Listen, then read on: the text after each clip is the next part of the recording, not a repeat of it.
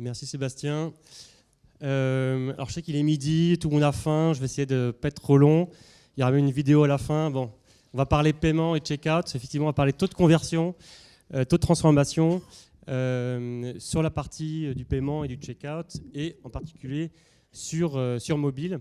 Donc mobile, effectivement, il est utilisé maintenant pour plein d'autres choses que pour appeler, que ce soit ici à Chicago. Il est utilisé de façon universelle au fin fond des tribus africaines. Aujourd'hui, les smartphones, en fait, en 2015, représentaient 2 milliards de devices et on prévoit en fait 4 milliards de devices à fin 2019. Donc il y a vraiment ce côté universel du smartphone et du mobile. Le commerce, un petit background marché pour commencer. Le commerce sur mobile, il explose. On estimait fin 2015 qu'il était à peu près un petit peu moins de 100 milliards de dollars. Fin 2016, il est prévu à 171 milliards. Et on le prévoit en 2019 à presque 700 milliards de dollars. Donc x7 en quelques années. On peut vraiment parler d'une explosion du commerce sur mobile.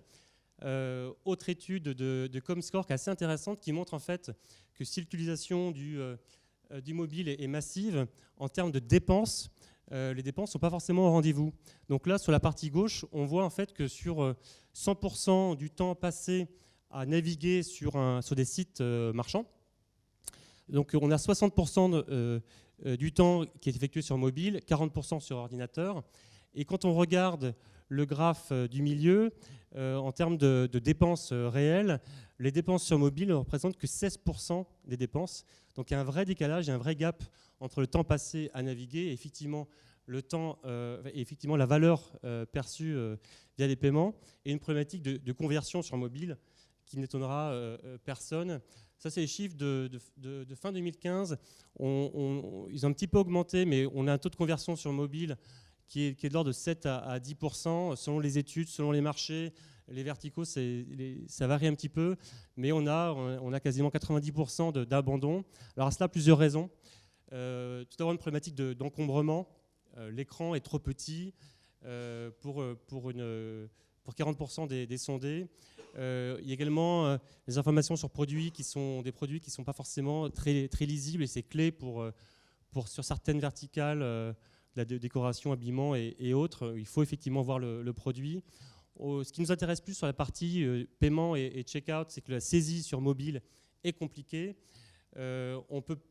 Sur mobile également, les comparaisons de produits, le passage d'une page à l'autre, d'un site à l'autre n'est pas forcément très, très facile.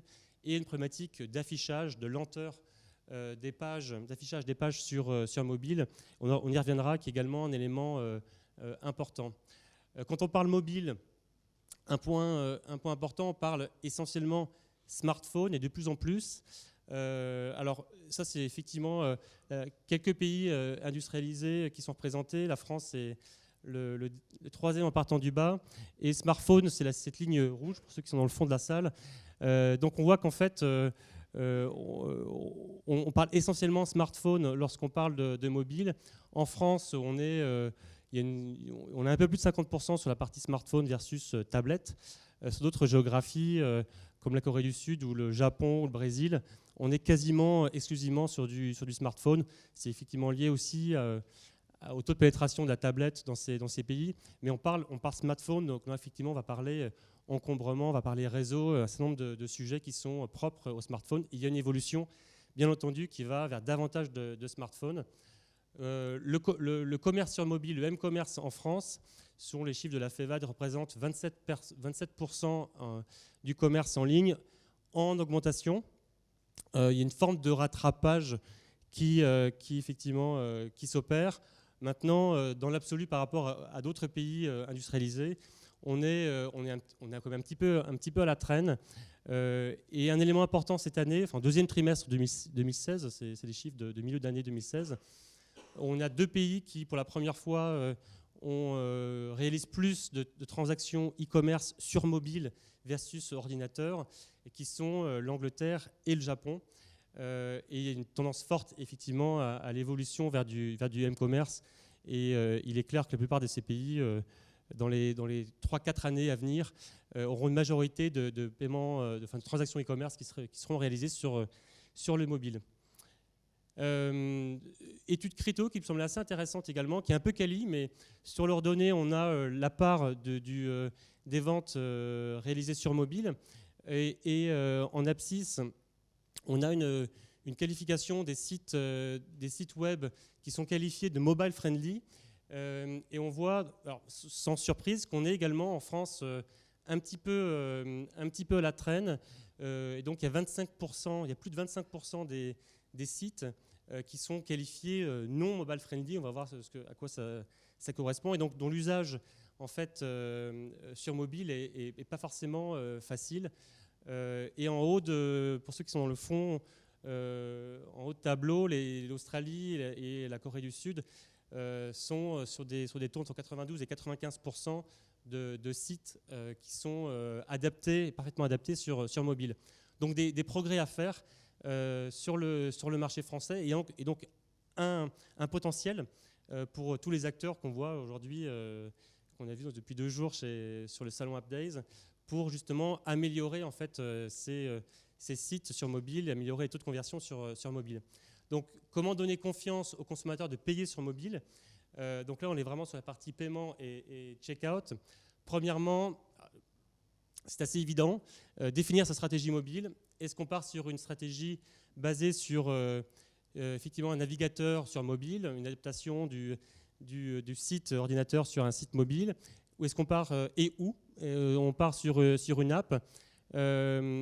Autre étude Criteo qui montre que le taux de conversion quand on est sur l'app, elle est 3 fois supérieure à celle d'un navigateur mobile. Donc il n'y a pas vraiment photo lorsque effectivement la stratégie et le segment de marché du commerçant le permet. L'app est clairement un atout en termes de taux de conversion.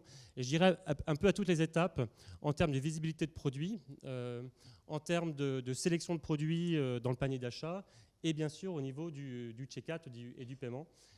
Donc à tous les niveaux, l'app remporte sur cette partie stratégie et mobile. Des choses assez classiques sur l'uniformité de tous les canaux de vente, mais effectivement dans l'étude qui a été faite sur les sites qui sont mobile friendly, on n'a pas forcément cette uniformité, donc des choses qui sont évidentes mais qui ne sont pas forcément mises en pratique. Donc avoir ce contenu similaire de bout en bout au niveau des produits, au niveau du branding de la marque, également au niveau du checkout, pour que le consommateur se sente toujours en confiance, quel que soit le média qu'il utilise. Même chose, on est au niveau d'interface et du côté intuitif de l'interface. Tout ce qui est boutons et calls to actions doivent être complètement limpides. S'il y a des termes un peu techniques, au checkout, on parle de CVV, de code sécurité, des choses qui peuvent faire un peu peur. C'est bien de pouvoir le décrire brièvement, éventuellement mettre une photo, et bien sûr tout ce qui est, ça c'est assez classique, tout ce qui est message d'erreur générique à éviter. App Days, vous connaissez ça mieux que moi, effectivement, il y a plein de représentants qui font de tout ce qui est analyse voilà, il faut vraiment utiliser ces outils parce que c'est très intéressant de savoir, y compris au niveau du checkout, voir à quel moment les consommateurs décrochent et engager une procédure itérative de test pour vérifier effectivement qu'on a complètement optimisé cette partie de checkout. Pour être vraiment sur ces pages de paiement, on est sur du mobile, donc il faut minimiser au maximum la saisie. Donc favoriser tout ce qui est détection automatique. Si on peut scanner la carte, proposer de scanner la carte et donc ensuite de pouvoir l'intégrer par ce biais. Rassurer les clients, c'est-à-dire qu'en fait, quand une carte qui commence par un 4, c'est toujours une carte Visa. Donc rajouter des logos pour rassurer les consommateurs. Enlever tout ce qui est correction automatique dans les champs de nom. Moi, je m'appelle Eric. Donc Eric, dès que je remplis mon nom, j'ai le E qui est majuscule qui intervient, donc mon email est planté. Donc il faut vraiment faire attention à tout ce qui est champ avec des corrections automatiques au niveau des noms et des emails. Proposer des claviers en fait qui arrivent en pop-up en contexte, qui soient des claviers numériques pour tout ce qui est information, cartes et textes, ou des claviers qui sont liés au texte lorsqu'on doit remplir des informations de nom ou d'email, et proposer également aux consommateurs de sauvegarder leurs informations sur le site de façon sécurisée pour que lors d'un prochain achat, les informations puissent déjà être remplies sur mobile. C'est clé puisqu'effectivement, toute saisie enlève des points de conversion. Bon, alors ça, c'est tout ce qui est user experience, c'est complètement critique sur mobile. Il y a une étude qui montre qu'en fait, une seconde de retard coûte à peu près 7 points de conversion. Donc tout ce qui est un temps de chargement attendu et correct doit se réaliser en moins de 2 secondes. Si on passe à 3 secondes, on perd 40% du public. Et même si on va à la fin du parcours d'achat, 80% des gens ne reviendront jamais. Et puis effectivement, il y a un effet fort, un effet générationnel. Les plus jeunes sont moins patients. Donc les 2 secondes qui sont aujourd'hui, on sait qu'elles vont diminuer. Donc là, il y a une problématique sur smartphone qui est une problématique de réseau, on le sait.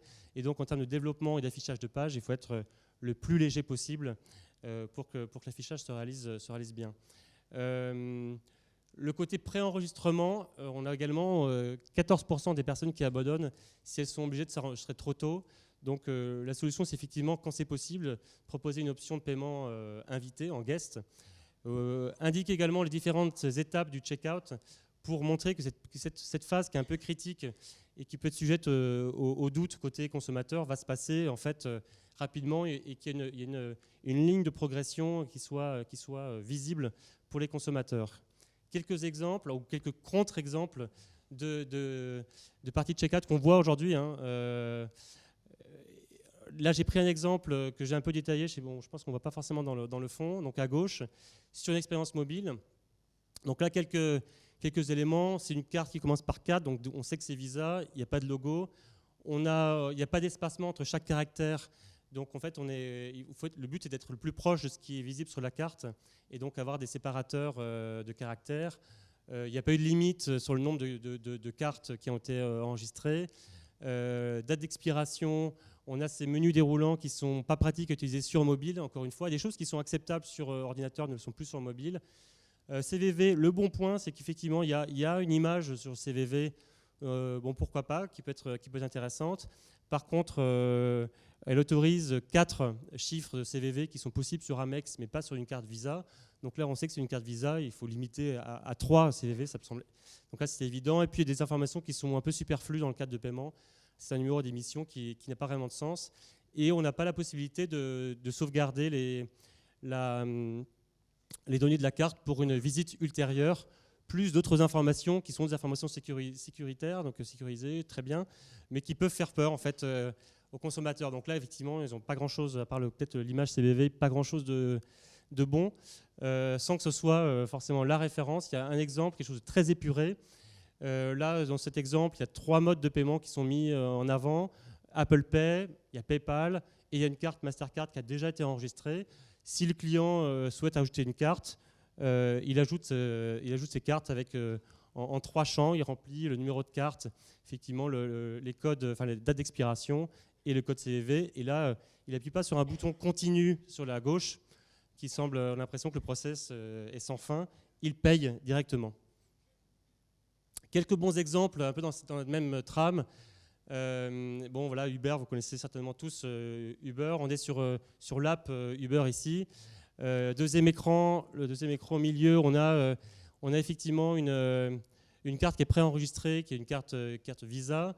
On a la possibilité d'ajouter en fait un code, une carte supplémentaire qu'on peut scanner ou enregistrer, ou ajouter, ou proposer effectivement un paiement PayPal. Ici, on a fait le choix de rajouter une carte. On a le petit logo Visa qui va bien et on remplit de façon assez naturelle les informations de date d'expiration, de CVV et différents codes promo au besoin. Autre exemple, c'est en Angleterre, Yplan, il propose des solutions de billetterie en ligne qui fonctionnent très bien. Donc là, on a le Comedy Bar à Londres. On choisit là, c'est le site commerçant. On choisit le ticket. Et là, donc, le Yplan a choisi un design, je dirais, extrêmement épuré. Donc là, on ne voit pas forcément, mais il y a un petit logo, dire présenter la carte. On remplit la carte. Ce qui est sympa, c'est qu'il y a un petit check qui montre quand la carte est valide.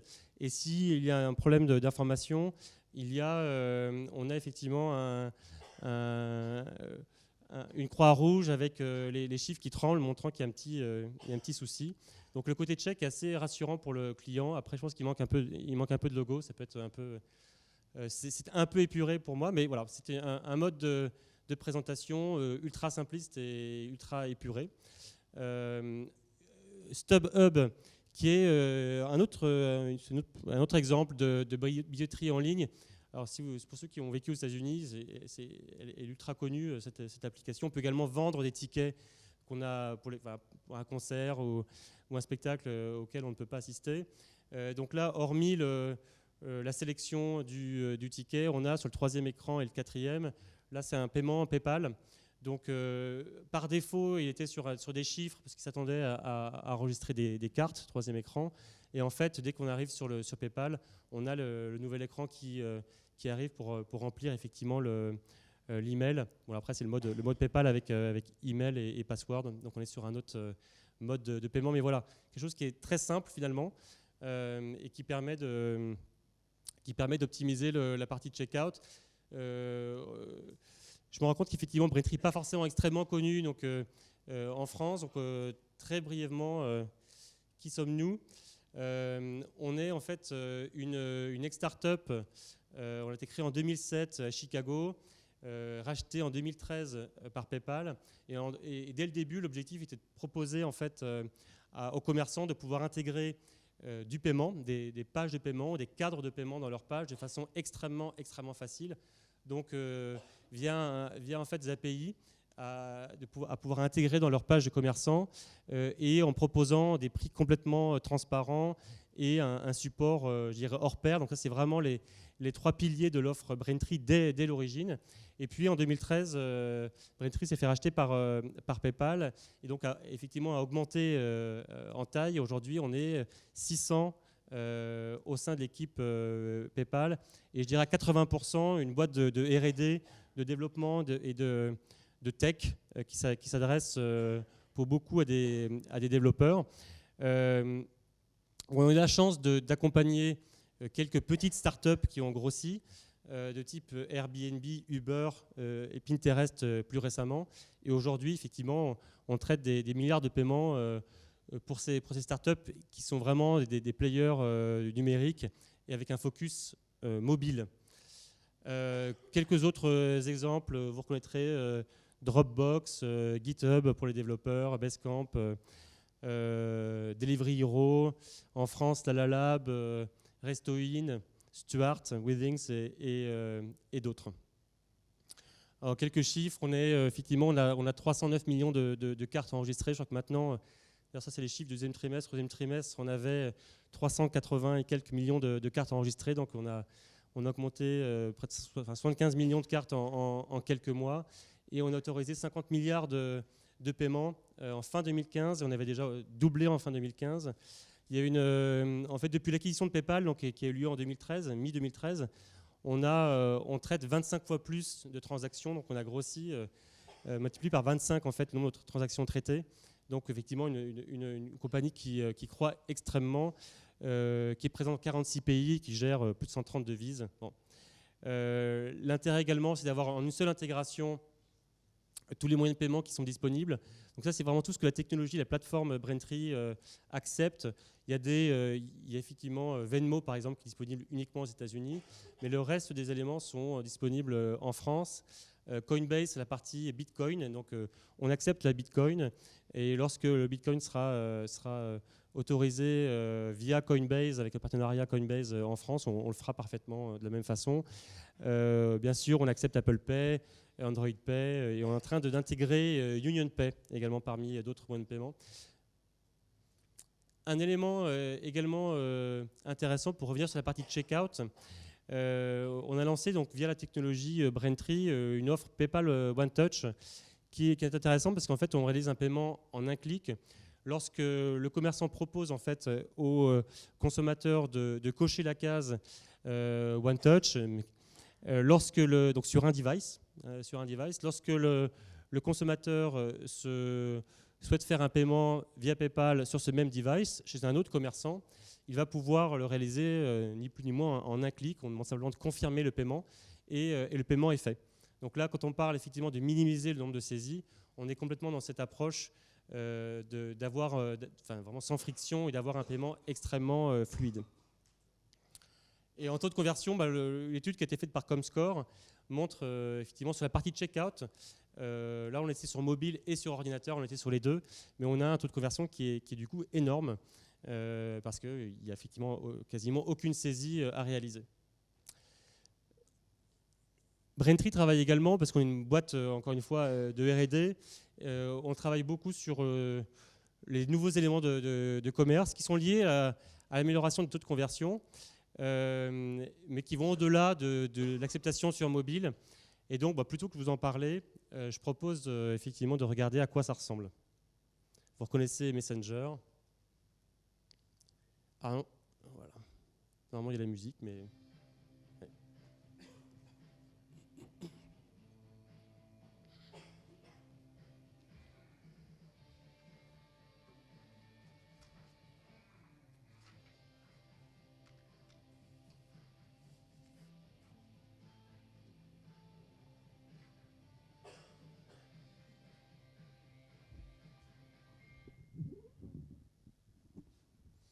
Donc là, ce que vous avez vu, qui est live, alors qui est pour l'instant live aux États-Unis, c'est effectivement la possibilité de commander un Uber à partir de Messenger. Donc toute la communauté de Messenger va avoir à disposition un certain nombre de services tout en restant sur Messenger. Donc en fait, il n'y a aucune redirection sur l'app Uber. On reste complètement sur Messenger. Il n'y a pas de saisie de coordonnées bancaires. On récupère, en fait, aux États-Unis, Messenger propose de conserver les données bancaires. Donc, en fait, à un moment donné, vous avez vu on le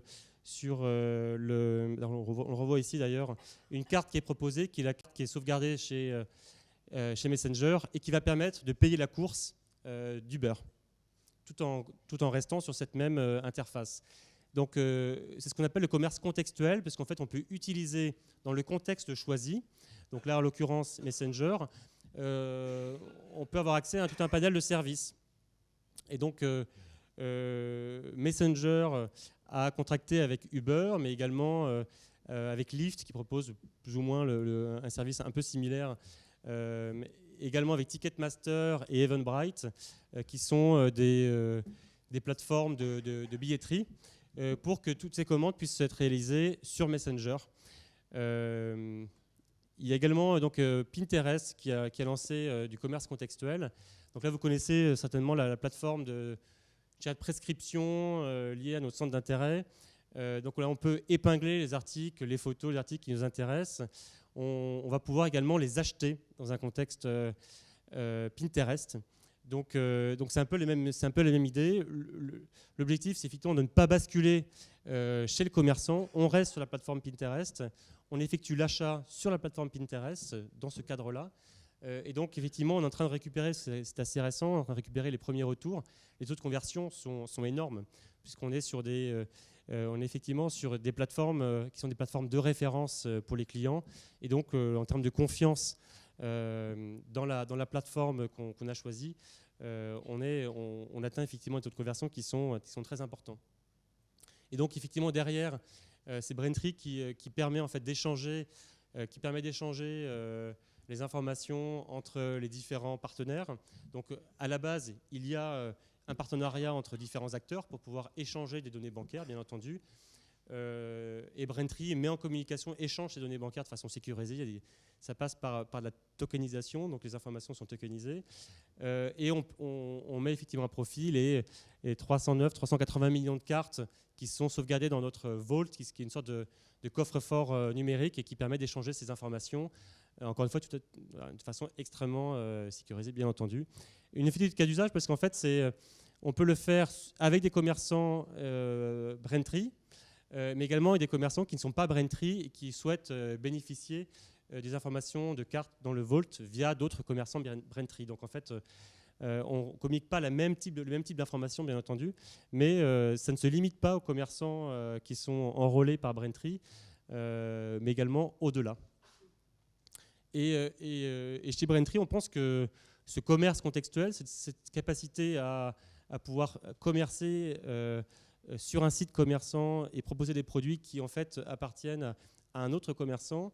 Je pense que ça fait partie des innovations qui vont vraiment révolutionner la façon de faire du commerce, comme il y a 5 ans ou 7 ans sur la partie mobile.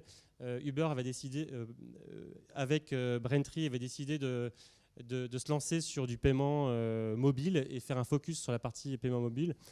Aujourd'hui, on pense que le commerce contextuel va également suivre un peu cette destinée et va vraiment révolutionner la façon de faire du commerce et donc augmenter les taux de conversion. Peut-être une petite vidéo qui montre, qui résume un petit peu ce que je viens de dire et qui présente Braintree.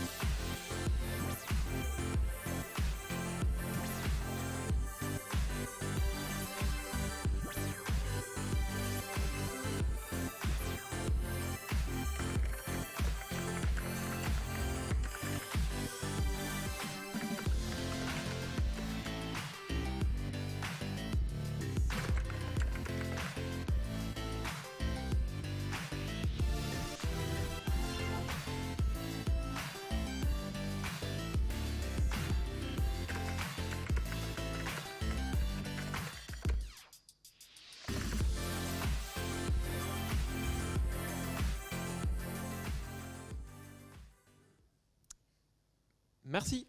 On peut l'applaudir ?